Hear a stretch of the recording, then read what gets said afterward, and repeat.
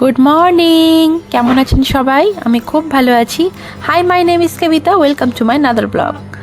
আজকে বুধবার, কিন্তু কাল রাত থেকে কেন জানি না হঠাৎ করে এত কুয়াশা পড়া শুরু হয়েছে। বাইরেটাতে বেরিয়ে এসেছি সকালবেলায় 8টা মতন বাজে, জানেন, কিন্তু বাইরেটা আপনার থেকে যদি 2 হাত দূরে কোনো ব্যক্তি দাঁড়িয়ে থাকে তাকে আপনি দেখতে পারবেন না, এমন কুয়াশাটা পড়েছিল। দেখুন বাইরেটা, এখন 9টা বাজে। আজকে বুধবার সকালে, যদিও কাল রাত থেকে কুয়াশা, জানেন। কাল রাতে ওই 11টা নাগাদ বাইরেটা গেছি, হঠাৎ করে দেখছি অন্ধকারে নেমে এসছে। প্রথমে ভাবলাম বৃষ্টি হবে না কি রে বাবা, তারপরে দেখছি চারিদিকটা কুয়াশায় ধোঁয়ায় ভরে গেছে। পাশের বাড়ির কাকিমাগুলো আবার বলাবলি করছে, মনে হচ্ছে যেন দার্জিলিংয়ে চলে এসেছি। আর সত্যি সত্যি বোঝা দেয়, বাইরেটা এত সুন্দর হয়েছিল। তবে এখন পরিষ্কার হয়ে গিয়েছে, 1 ঘন্টা আগে দেখা যাচ্ছিল না। এই যে এই ভদ্রলোক এসেছিলেন ঘোড়াটি নিয়ে, তবে এটিকে আমরা ঘোড়া বলি না, এটাকে টাট্টু ঘোড়া বা খচ্চর বলা হয়। ঘোড়ার নাল বিক্রি করতে এসেছিল লোকটি, তোর বাবা দেখছে তাই গিয়ে। আমার ছেলেটা এখনও ঘুমাচ্ছে, নাহলে একে দেখলে আর ব্যাস হয়ে যেত। চলুন বাইরেটা যাই। 10টা বাজে, এখন একটু রোদ উঠে এসছে। গাছটার মধ্যে একটাও পাতা নেই, দেখুন একটি পাতা আপনি দেখতে পাবেন না, অথচ দেখুন ওপরে একটা ফুল ফুটেছে, কি সুন্দর ছোটো মতন একটা কুঁড়ি মতন জবা ফুল ফুটেছে। এই দেখুন ওর বাবা কত ধরনের বাহারি গাঁদা গাছ নিয়ে এসছে, চারা গাছ। সেগুলোতে ছোট ছোট করে প্রায় মোটামুটি ধরুন 50 খানেক মতন গাঁদা ফুল ফুটেছে। প্রত্যেকটি গাছে 1-2টি করে ফুটেছে। আর এই গাছের ফুলটি হচ্ছে আমার সব থেকে প্রিয়। কি সুন্দর লাগছে কালারটা, হলুদ রঙের পুরো। আর এইটিও ফুটেছে, ছোট ছোট কুঁড়ি ফুটেছে দুটো, দেখুন। তবে এটা এখনও ফুলগুলো ফুটতে দেরি আছে, ওই 1 সপ্তাহ মতন লাগবে হয়তো। এই যে এই ফুলটি বলছিলাম, কি সুন্দর না কালারটা, লাল ধরনের একেবারে। চলুন যাই রান্নাঘরে। কথা বলতে বলতে জলখাবারের কথা বলতে ভুলেই গেছি। ডিম প্রায় শেষ হয়ে গিয়েছে, 3টে মতন আছে। ওর বাবাকে বলতে হবে নিয়ে আসতে, ডিমটা লাগে আমাদের। ঝটপট ওর বাবার জন্য একটু উপমা আর একটু সাম্বার বানিয়ে দিলাম। ভিডিও করার সময় পেলাম না, জানেন। ওর বাবার প্রায় অনেকটাই দেরি হয়ে গিয়েছে, এবার ওর বাবা বেরোবে অফিসে। ছেলেটাকে একটু স্যারেলেক খাওয়াবো, যাবো আজকে একটু মায়ের বাড়ি। তবে তার আগে একটু আমাকে বাইরের রুমটাকে পরিষ্কার করতে হবে। ছেলেটা একেবারে লন্ডভন্ড করে রেখে দিয়েছে রুমটাকে। তবে বাড়িতে ছোট বাচ্চা থাকলে বাড়িঘর দর একটু ওলট পালট হবেই। এই জিনিসটা বুঝতে অনেকেরই অসুবিধা হয়। বাচ্চারা নোংরা করবে না তো কি বড়রা করবো আমরা, বলুন? আমরা বুড়োধারীরা নোংরা করব? বাড়িতে যদি বাচ্চা একটু ঘর নোংরাই না করে, তাহলে আর কি মনে হবে বাড়িতে ছোট বাচ্চা আছে, বলুন? বিয়ের আগে ওর বাবা এই রুমটায় থাকতো, তবে বিয়ের পরে এটা গেস্ট রুম করে দেওয়া হয়েছে। এখন বাইরে থেকে কেউ বাড়িতে বেড়াতে এলে বা বাইরে থেকে কেউ এলে তাকে এই রুমটায় বসতে দেওয়া হয়। আর এই জায়গাটায় আমি ভিডিও শ্যুট করি, আমার একটা চ্যানেল আছে। আচ্ছা হ্যাঁ, এই সূত্রে আপনাদেরকে বলি, আমার ইউটিউবে একটা পড়ার চ্যানেল আছে, যার নাম হচ্ছে 365 গোলস। আপনারা গিয়ে চেক করতে পারেন, আর হ্যাঁ, সাবস্ক্রাইবও করতে পারেন। যাদের বাড়িতে ছোট ছোট বাচ্চা আছে বা যারা পড়াশোনা করতে ভালোবাসেন, তারা অবশ্যই গিয়ে দেখতে পারেন। পড়াশোনার তো আর কোনো বয়স হয় না, তাই না বলুন? পড়াশোনা আপনি যে কোনো বয়সেই করতে পারেন, তবে দেখতে ক্ষতি নেই, গিয়ে দেখতে পারেন, আশা করি ভালোই লাগবে। তো চলুন, চলে এসেছি মায়ের বাড়িতে। মা মনে হয় ভেতরে কাজ করছে। এই যে মা স্নান করেছে সবে, এই যে চুল টুলও কিছু আঁচড়ায়নি, সেই অবস্থাতেই ঘুরছে। মাকে বললাম যাও ছেলেকে নিয়ে তুমি একটু নিচে রোদে গিয়ে বসো। ওই যে নিচের বাড়িতে যে ল্যান্ডলর্ডরা থাকে, তাদের বাড়িতে 2টি বাচ্চা আছে ছোট ছোট, একটি মেয়ে আর একটি ছেলে। ওদেরকে পেয়ে গেলে আমার ছেলেরা কিছু চাই না। যে মা রোদে বসে চেয়ার নিয়ে, আর ওর বাবা ওই যে ছেলেটিকে দেখছেন, ও হচ্ছে ওদের বাবা, নিয়ে বাচ্চাগুলোকে সেই হাতে টানা গাড়িগুলোকে নিয়ে ঘোরাচ্ছে, আর ও পিছন পিছন ওদের পিছনে দৌড়াচ্ছে। এই দিকটায় এসে দেখেছি বহু মানুষ বাড়িতে ঘুঁটে দেয়, জানেন। প্রায় প্রত্যেকটি বাড়িতে এখানে ঘুঁটে দেওয়ার চল রয়েছে, আর প্রত্যেকটি বাড়িতে 1-2টি করে গরু রয়েছে।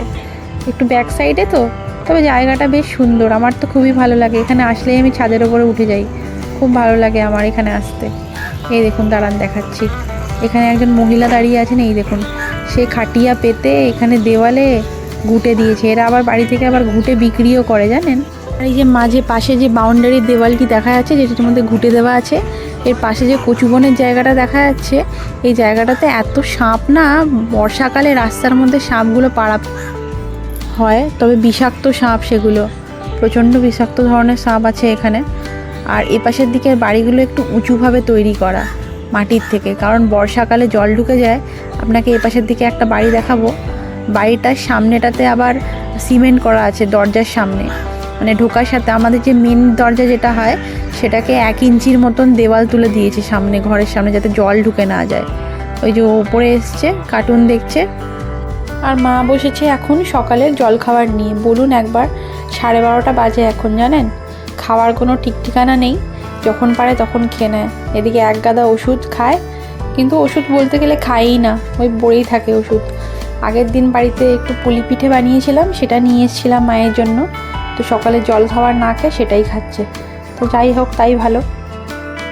এই দেখুন, আপনাদের বলছিলাম না যে বাড়িগুলোতে জল জমে যায়, এই যে এই বাড়িগুলোতে সব কটা বাড়িতে বর্ষাকালে জল ঢুকে যায়, তাই জন্য বাড়ির মেন দরজাটা এরা সামনেটা প্লাস্টার করে দিয়েছে।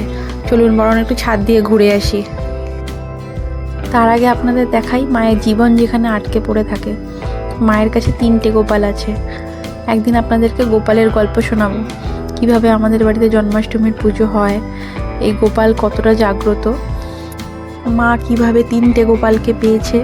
নিশ্চয়ই আপনাদেরকে একদিন সব শেয়ার করব গল্পগুলি, তবে আজ নয়, সে অনেক বড় গল্প, ঢের সময় লাগবে।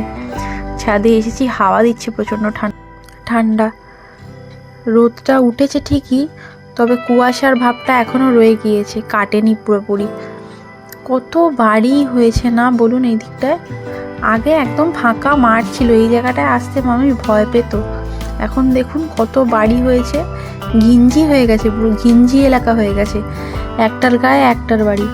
আরও হয়তো 4-5 বছর পর এই ফাঁকা জায়গাগুলিতে আরও বাড়ি ঘরদোর গড়ে উঠবে। তবে এই জায়গাটাতেও জায়গার দাম প্রচণ্ড, জানেন? শুনলে মাথায় হাত পড়ে যাবে। একদম ব্যাক সাইড এটা, কিন্তু দাম হচ্ছে আকাশ ছোঁয়া। অনেকে ভাবেন হয়তো এই জায়গাগুলিতে কম দামে জমি কিনতে পাওয়া যায়, কিন্তু তা একদমই নয়, পুরো তার বিপরীত। এখানে যে সমস্ত মানুষজন ঘর বাড়ি বানিয়ে আছেন, তারাও প্রচুর টাকা খরচ করে বাড়ি বানিয়ে আছেন এই দিকটাতে। ছাদে আসলে মনটা ভালো হয়ে যায় ঠিকই, তবে একটা অজানা কারণে মনটা খারাপ হয়ে যায়। তবে সেই কারণটা আর আজকে আপনাদের সাথে শেয়ার করব না, পরে অন্য একদিন নিশ্চয়ই বলবো। দুপুরে মা খাবার দাবারের সেরকম আয়োজন না করলেও রাতের ভারী আয়োজন করেছে। তবে তার আগে ভাইয়ের সকালে একটা পার্সেল এসেছে, সে কি পার্সেল এসেছে দেখি। আমার এই অভ্যাসটা এখনও রয়ে গেছে, ভাইয়ের কোনো জিনিস আসলে আমি সেটা খুলে দেখে নিতাম আগে, খুব রেগে যেত আমার উপরে, জানেন তো। চলুন খুলে দেখি গিয়েছে। মনে তো হচ্ছে হেডফোন, সাইডে ছবি দেওয়া আছে, হ্যাঁ হেডফোনই মনে হচ্ছে। ওর হেডফোনটা খারাপ হয়ে গিয়েছে, সারাদিন বসে বসে সেই ইন্টারনেটে গেম খেলে তো কম্পিউটারে বসে বসে। হ্যাঁ দেখুন সাইডে ছবি দেওয়া আছে হেডফোনের। দাঁড়ান খুলি একটু ভেতরে দেখি কেমন হেডফোনটা অর্ডার করেছে ও। এই যে এই পাশটা দিয়ে খোলা যায়। দাঁড়ান একটা ছুরি নিয়ে আসি আগে। মাকে বললাম তুমি ধরো, একটু ভিডিও করো, আমি এটা তো তখন আনবক্সিং করি। কবেকার একটা মান্ধাতার আমলের ছুরি এনে দিয়েছি, তার মধ্যে আবার জং পড়া। এই যে ভেতরে আরও দুটো কি জিনিস আছে জানেন তো। বাহ, বেশ সুন্দর লাগছে না হেডফোনটা বলুন? আবার পাশে লাইট জ্বলে, জানেন? ওর আবার এই জিনিসগুলোতে ভীষণ শখ, ওর কোনো কিছুর শখ নেই। ঘোরা, বন্ধুদের সাথে আড্ডা মারা, এসব কিছু নেই। সারাদিন অফিস থেকে বাড়ি এসে এই অনলাইনে বসে গেম খেলবে। এই যে বেশ সুন্দর হয়েছে না দেখতে বলুন? ভেতরে একটা আবার পার্সও আছে, দেখি পার্সটা কেমন অর্ডার করেছে। দাঁড়ান এটা আগে ভেতরে ঢুকিয়ে দিই, নাহলে আমার ছেলে এখনই ধরে টানাটানি করবে। ও কিছু দেখতে পেলেই হলো, আর ভেঙে টেঙে গেলে আবার সর্বনাশ হয়ে যাবে, এত টাকা দাম দিয়ে জিনিস কেনা। দাঁড়ান ভেতরে ঢুকিয়ে দিই আগে।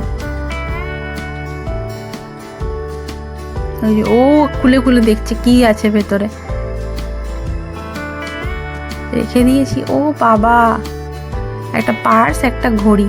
দাঁড়ান দেখি ভেতরে কেমন পার্সটা দেখতে। বাহ, ও মানে সকালে আগেই খুলে নিয়েছে এগুলো, তাই বলি চুপচাপ ছিল কেন। ওই যে একটা সোনাটার ঘড়ি অর্ডার করেছে, আনবক্সিং ওর আগেই করা হয়ে গেছে। ওই জন্য আমি যখন বললাম যে আমি তাহলে খুলে দেখে নেবো, ওই জন্য চুপচাপ চলে গেল, কিছু আর বললো না, জানেন। দুপুর 1:30 মতন বাজতে যায়। চলুন খাওয়া দাওয়া করবো বাড়ি গিয়ে। ওর বাবা সকালে বাজার থেকে গিয়ে একটু ভোলা মাছ নিয়ে এসেছিলো, তো মাকে বললাম আমার জন্য রান্না করবে না, আমি কিছুই খাবো না। মা তো কিন্তু কে শোনে কার কথা, ডাল ভাত তরকারি তাও বসিয়ে দিয়েছে, আর সাথে আবার অমলেট। আমি সকালে অলরেডি একটা ডাবল ডিমের অমলেট খেয়ে এসেছি। আমি বললাম আমি খাবো না, বাড়ি গিয়ে একটু ভোলা মাছটা রান্না করব। মাছটা ভেজে রেখে এসেছিলাম, আর একটু পোস্ত, একটু সাদা সর্ষে বাটাও রেডি করে এসেছি মশলাটা। বাড়িতে গিয়ে একটু ঝাল বানিয়ে নেব। ভাতও বানিয়ে রেখে এসেছি। দাঁড়ান, মা কি বানিয়েছে আজকে দেখিয়েছে। লবঙ্গ দিয়ে দুধটাকে ফুটিয়ে রেখেছে, বোধহয় কিছু বানাবে। এদিকে উপরে ডাল বানিয়েছে মা, মুসুরির ডাল। আর নিচে কি আছে দেখি তো, দাঁড়ান 1 মিনিট। আচ্ছা, ডালপুরি। আমার মায়ের হাতের ডালপুরি খেলে কেউ ভুলবে না। একবার যদি কেউ খেয়ে নেয় না ডালপুরি মায়ের হাতের, সত্যি কথা বলতে আমার মায়ের মতন ডালপুরি এই পৃথিবীতে কেউ বানাতে পারবে না। সত্যি, যে খায় সেই প্রশংসা করে, আর যে একবার খায় সে বারবার বলে মাসি ডালপুরি খাওয়াবে কবে আবার। এই যে মা ফুলকপি, আলু আর সয়াবিন দিয়ে তরকারি বানিয়েছে, এদিকে বানিয়েছে সিমই। এগুলো সব রাতের জন্য বানিয়ে রেখেছে বোধহয়। যাই হোক, আমি তো খাবো না, মা তবুও প্যাক করে রেখে দিয়েছে আমার জন্য। মাকে বলেছি অল টাইম এই জানলাটা বন্ধ করে রাখতে, রেশমির যা ধুলো ওড়ে আর সব খাবার দাবারে উড়ে এসে পড়বে, সেই জন্য মা সারাক্ষণ জানলাটাকে বন্ধ করেই রাখে। ওই যে ও বসে গেছে এই কার্টুন নিয়ে। ভাইয়ের আজকে অফিস ছুটি আছে, ও যাবার সময় আমাকে ছেড়ে দিয়ে গেছিলো, তাই ভাইকে বললাম তুই আমাকে বাড়ি ছেড়ে দে। ভাই আসছে, একটু বেরিয়েছে বাইরে, ভাই বাড়িতে ছেড়ে দেবে এক্ষুনি। বাড়ি গিয়ে রান্না করব আবার। এখানে আসলে বাড়ি যেতে তো ইচ্ছে করেই না, আমার ছেলেটিও বাড়ি যেতে চায় না, ওরও এখানে মন পড়ে যায়। চলুন, চলে এসেছি বাড়িতে, ভাই ছেড়ে দিয়ে গেল। এই যে ওর বাবা আবার এটা না অনলাইন থেকে অর্ডার করেছে, ড্যান্সিং ক্যাকটাস বলে বোধহয় এটাকে। বেশ মজার, আমি তো বেশ মজা পেয়েছি। সারাক্ষণ বসে বসে ছেলেকে নিয়ে এটা নিয়ে বসে থাকলে ও দেখি বসে বসে সারাক্ষণ এটার সাথে কথা বলতে থাকে, এন্টারটেন হয়ে যায়, এঙ্গেজ থাকে, জ্বালায় না আমাকে বেশি এটা পেয়ে যাওয়ার পর থেকে। যাই হোক, চলুন রান্নাটা সেরে নিই। ওর বেশ হয়েছে ভারী মজা, আমি বসে বসে গান গাইতে হবে আর ও নাচবে আর আমার ছেলে বসে বসে হাততালি দেবে দেখে। চলুন রান্নাটা বসিয়ে দিই। সব কিছু তো রেডি করেই গেছিলাম, শুধুমাত্র মশলাটা কষিয়ে নিয়ে মাছগুলো দিয়ে জল দিয়ে ওপর দিয়ে একটু ধনেপাতা দিয়ে দিয়েছি। রাত্রেবেলার জন্য ভাবছি রেখে দেবো। ও ডিমটা রাতে খেয়ে নেয়, কিন্তু মাছটা কোনোভাবেই রাতে খেতে চায় না। দেখি রাত্রেবেলা ভাবছি ওর জন্য একটু ডিমের ঝোল করে দেবো বা একটু অমলেট করে দেবো আর সাথে রুটি করে দেবো। আর বাকি মাছটা ভাবছি ফ্রিজে তুলে রেখে দেবো, কাল তো বৃহস্পতিবার, কাল খেতে পারবো না। তো চলুন আজকের মতন তাহলে ভিডিওটা এখানেই শেষ করছি। ভিডিওটা কেমন লাগলো অবশ্যই জানাবেন, ভালো লাগলে একটা লাইক, কমেন্ট আর শেয়ার করে দেবেন। পাশে থাকবেন, নিজেও ভালো থাকবেন, অপরকেও ভালো রাখবেন। আজকের মতন তাহলে tata, bye bye. And the most important part is to subscribe and call for more. Bye.